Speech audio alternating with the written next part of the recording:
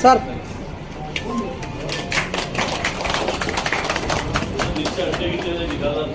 जिंदाबाद जिंदाबाद जिंदाबाद जिंदाबाद जिंदाबाद वर्कर नायकत्वम वर्कर नायकत्वम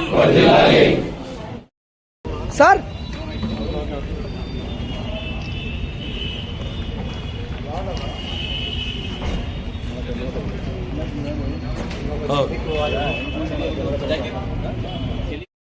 టీచర్స్ ఫెడరేషన్స్ వారికి చిన్న సమస్యలు చాలా ఉన్నాయి.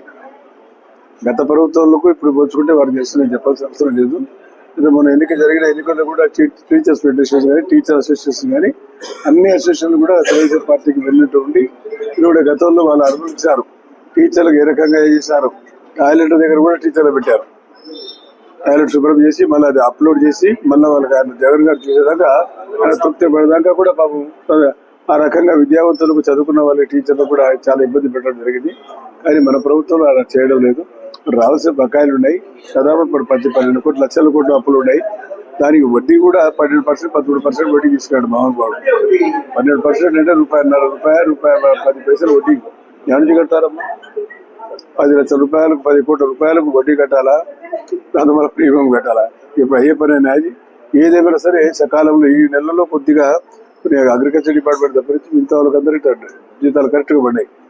టీచర్లు కూడా ఫస్ట్ ఒకటే తేదీ టీచర్లు పడతాయి, ఆదివారం కూడా ముందు పడిపోతాయి. ఆ రకంగా టీచర్ అసోసియేషన్ మాకు మద్దతు ఇస్తారు. వాళ్ళకి కూడా వారు చాలా ఉన్నాయి, వాళ్ళకి కూడా సమస్యలు ఉన్నాయి, చాలా సమస్యలు ఉన్నాయి. ఆ సమస్యలు కూడా ఒకసారి మాట్లాడి వారు అసోసియేషన్ కూడా ఉన్నారు అక్కడ హైదరాబాద్ లో, విజయవాడలో.